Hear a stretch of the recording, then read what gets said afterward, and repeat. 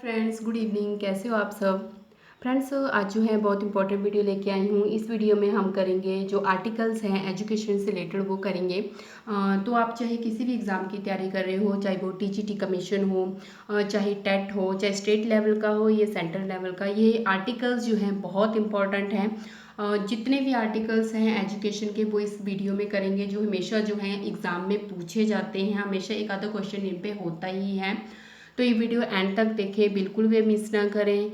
और फ्रेंड्स, अगर आपने अभी तक मेरा चैनल सब्सक्राइब नहीं किया है तो प्लीज़ करें। आपको मेरे चैनल पे current affair, pedagogy, previous solve question paper, HP TET की तैयारी भी करवाती हूँ और कमीशन की तैयारी भी करवाती हूँ। तो बहुत सारी वीडियोज़ हैं, आपको बहुत फ़ायदा होगा। तो देखें और शेयर करना बिल्कुल भी ना भूलें। तो स्टार्ट करते हैं हम आज की वीडियो।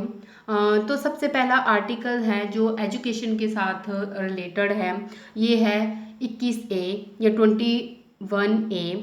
तो आपको पता होगा ये 21A जो है हमेशा पूछा जाता है आर्टिकल। अब बहुत सारे बच्चों को ये कन्फ्यूज़न रहती है कि आर्टिकल 45 और आर्टिकल 21A, मतलब दोनों ही आर्टिकल ऐसे हैं जो बच्चों को निशुल्क शिक्षा देने के बारे में बात कर रहे हैं।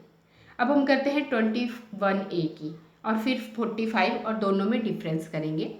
तो जो 21A है, ये अनुच्छेद जो है ये दिसंबर 2002 में भाग 3 के माध्यम से जो 86th अमेंडमेंट एक्ट हुआ था 2002, ये 86वें संशोधन विधेयक में ये बोला गया था कि 6 से 14 साल के जितने भी बच्चे हैं उनको जो है मुफ्त और अनिवार्य शिक्षा का अधिकार जो है वो मौलिक अधिकार माना गया है। मतलब कि इस अनुच्छेद के अंतर्गत राज्य, जो भी हमारे राज्य है, किसी भी राज्य से आप बिलोंग करते हो, तो 6 से 14 साल तक के जितने भी बच्चे होंगे उनको जो है RTE राइट टू एजुकेशन 2009 के अकॉर्डिंग जो है एज ए फंडामेंटल राइट इन बच्चों को मुफ्त शिक्षा देने का प्रावधान है। मतलब कि मुफ्त शिक्षा दी जाएगी। इस आर्टिकल के थ्रू ही जो हमारा एजुकेशन है उसको फंडामेंटल राइट माना गया है। आपको पता होगा हमारे बहुत सारे फंडामेंटल राइट हैं, जैसे right to education, right to freedom, right to equality, right to freedom of religion, right against exploitation, cultural and educational right, right to constitutional remedies. इसी तरह जो है इस RTE एक्ट के थ्रू जो है फंडामेंटल राइट जो है घोषित किया गया है एजुकेशन को। तो ये भी एक क्वेश्चन पूछा जा सकता है कि 21A आर्टिकल जो है ये कब इंसर्ट हुआ है। इंसर्शन ऑफ आर्टिकल 21A किसके तहत हुई है? ये हुई है 86 अमेंडमेंट एक्ट 2002 के अकॉर्डिंग। अब करते हैं हम आर्टिकल 45। अब ध्यान से समझिएगा, आपको समझ आ जाएंगे दोनों कि दोनों में क्या डिफरेंस है। अब अगर अनुच्छेद 45 की बात करें तो इसमें भी ये बोला गया कि राज्य इस संविधान के प्रारंभ से, मतलब कि कॉन्स्टिट्यूशन के जब स्टार्ट हुआ था। कॉन्स्टिट्यूशन आपको पता होगा, जो इंडिया का कॉन्स्टिट्यूशन है वो पास हुआ था 26 नवंबर 1949 में, 1949 में, और इफेक्ट में आया था 26 जनवरी 1950 में। तो मतलब जब कॉन्स्टिट्यूशन जो है स्टार्ट हो उसके प्रारंभ से जो है 10 वर्ष की अवधि के भीतर सभी बालकों को 14 वर्ष की आयु पूरा करने तक निशुल्क और अनिवार्य शिक्षा देने का प्रयास करेंगे। Means The Constitution of India 1949 is a directive principle for the state by the Constitution, कि इसके अकॉर्डिंग जो है 14 साल जब तक बच्चे की उम्र कंप्लीट नहीं होती, राज्य सरकार को जो है निशुल्क शिक्षा देनी पड़ेगी। तो अब अगर आपने दोनों समझ लिए होंगे तो आपने देखा होगा कि इन दोनों में क्या डिफरेंस है। जो 21A है वो हमारा जो है 86 अमेंडमेंट एक्ट 2002 के दौरान जो है इस एक्ट के थ्रू जो है इंसर्ट हुआ है।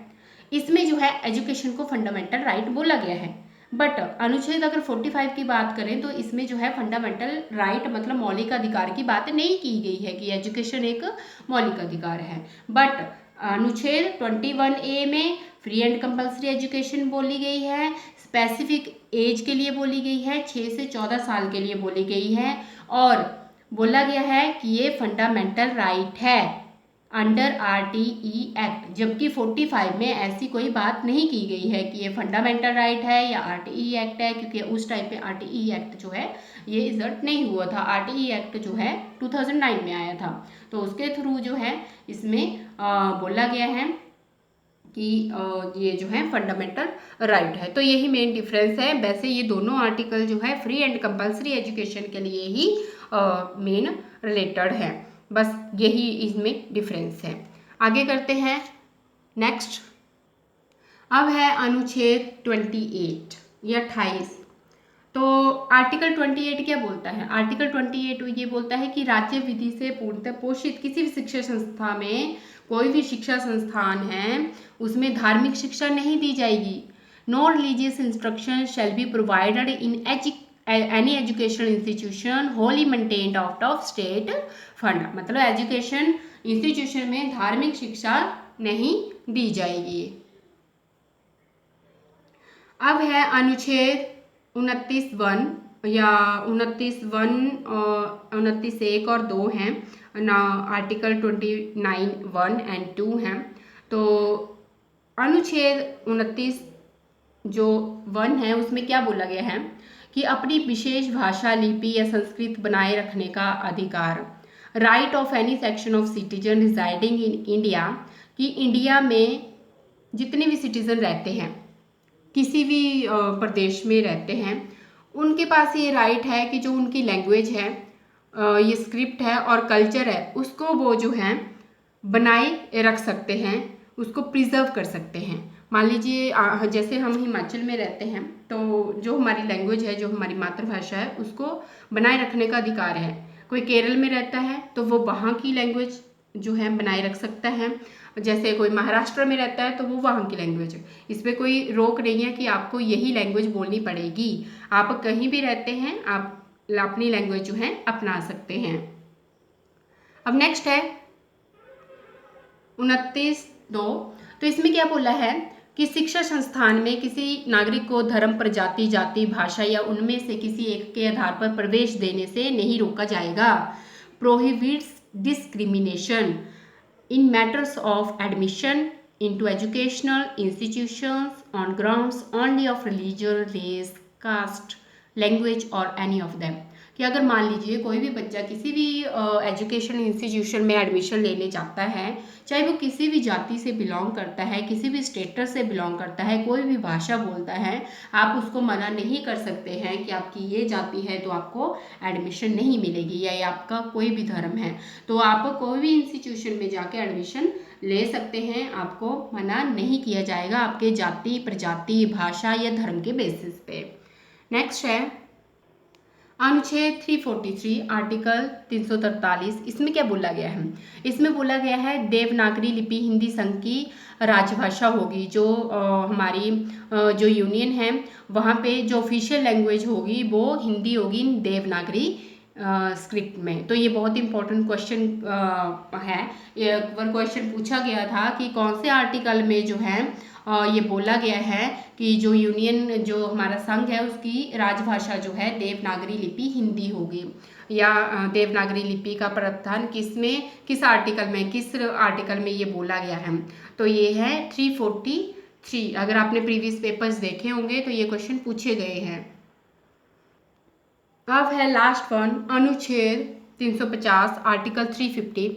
तो इसमें बोला गया है कि प्रत्येक राज्य, जितने भी राज्य हैं, वो बच्चों को जो प्राइमरी लेवल होता है, प्राथमिक स्तर, उस पे जो है अपनी मातृभाषा में जो है शिक्षा प्राप्त करने का पर्याप्त सुविधाएं प्रदान करने का प्रयास करेगा। Facilities for instruction in mother tongue eight primary stage. मतलब जितने भी हमारे प्राइमरी लेवल है वहाँ पर हमें जितने भी राज्य सरकारें हैं वो ये कोशिश करेंगी कि बच्चों को जो है मदर टंग में ही इंस्ट्रक्शन देख सके, क्योंकि आपको पता है छोटे बच्चे होते हैं जो अपनी मदर टंग जरूर समझते हैं, इसलिए ये प्रावधान जो है अनुच्छेद 350 में जो है कि मदर टंग में जो है इंस्ट्रक्शन देनी चाहिए प्राइमरी लेवल तक।